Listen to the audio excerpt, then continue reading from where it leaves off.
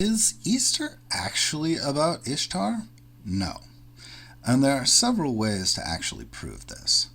It's fine if you want to honor Ishtar at this time, but nothing is historical about it. All modern Assyriologists agree that Easter doesn't have anything to do with Ishtar.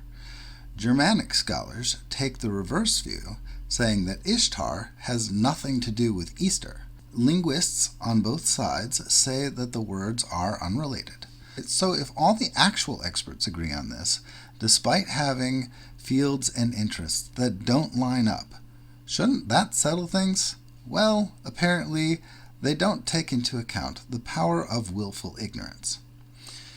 It's commonly said that absence of evidence is not evidence of absence. In this case, the fact that we have no evidence that the two were connected doesn't mean that they weren't connected. This is unfortunately a weak argument, as we do have evidence of absence. The basic dates don't match. Spring equinox is March 20, so the first day of the Mesopotamian year is sometime between March 21 and April 19th. Easter can be any time between March 25 and April 25, so it seems like they line up. The actual days would almost never line up because the events are calculated differently. But the time span seems similar if this is all that you have to go on. Only that's Easter as determined nearly a continent away in Nicaea, Turkey.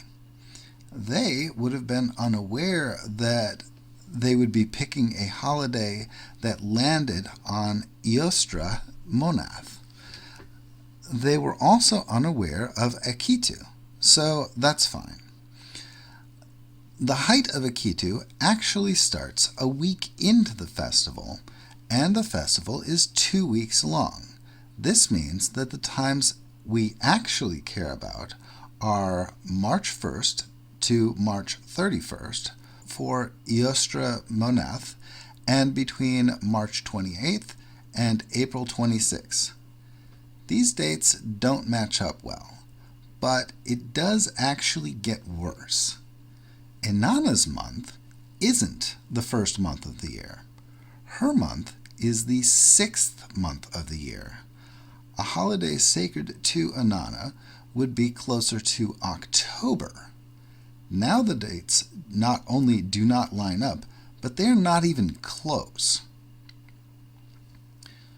Those eggs and the dates still don't match. The earliest reference to decorated eggs for Easter comes from the Roman ritual, which is a Latin Christian text. This means that the ritual didn't have any connection to Eostra. We could stop there, as this already proves the point. But let's dig further. Catholics adopted Easter eggs because they weren't allowed to eat meat for Lent. Fortunately, eggs are not meat, despite literally being animal cells. Lent starts before Easter, so the dates are even worse than they were before. The earliest copy of the Roman ritual comes from 1610 of the Common Era, but the practice of Paschal eggs may have come from Nowruz. This would make it earlier, and if it's earlier, then perhaps it could have a practice observed for thousands of years. This falls apart when you look at the history of Nowruz. The holiday in the Persian New Year was set in 1075 CE. Prior to that, it moved about the calendar. Now we know it didn't connect to Ishtar. We do have decorated eggs from Worms, Germany, but not related to Paschal. These were a burial good and the earliest is from the 4th century. This is still many centuries too new to have a relation to Mesopotamia, and they didn't connect to a holiday. So they also don't relate to Easter Monath. So the Easter eggs absolutely had no connection because they don't connect to Easter or Ishtar, and they barely have anything to do with Easter. How about the bunny? Osterhaus is first mentioned in text in 1679. The bunny wasn't the bringer of eggs, and it wasn't always a bunny. Sometimes, in Germanic regions, it was a fox, rooster, or a cuckoo bird. This could be related to a goddess of the springtime, but they were also simply animals that had a prominent life cycle event in the springtime. None of these animals has anything to do with Ishtar. The sounds don't match. But wait, Easter and Ishtar kind of do sound alike, don't they? Fine. But the Mesopotamian holiday that is being talked about is Akitu, and the festival on the other end of the calendar that does connect to Ishtar is Kig Inanna, which sounds nothing at all like Easter. Let's humor the basic form of the argument. Does the root for the name Easter even sound like Ishtar? Perhaps a little. But the argument is that the sound of the name Ishtar evolved into Eostre, which became Easter. The sound we will be working towards can be pronounced Yosh-tre. Moving further back in time, we have the Greek goddess Eos. Let's trace the evolution forward from Ishtar. Ishtar, linguistically, is connected to the goddess Astarte. They are not the same, mind you, but they do share written symbols. Astarte was worshipped up through Roman times. So that's as far as we need to go using Semitic words. Why didn't the sounds meet in the middle? Why did Indo-European sounds change a lot and the Semitic sounds changed only a little? Perhaps they are completely unrelated language families with completely different meanings and uses for the word. That might explain things. We do know a little bit more about Eostre. The only reason that the holiday of Easter is called that is because it happened to land on Eostre Monath, or the month of Eostre. The name or word Eostre comes from a known Indo-European root, heus.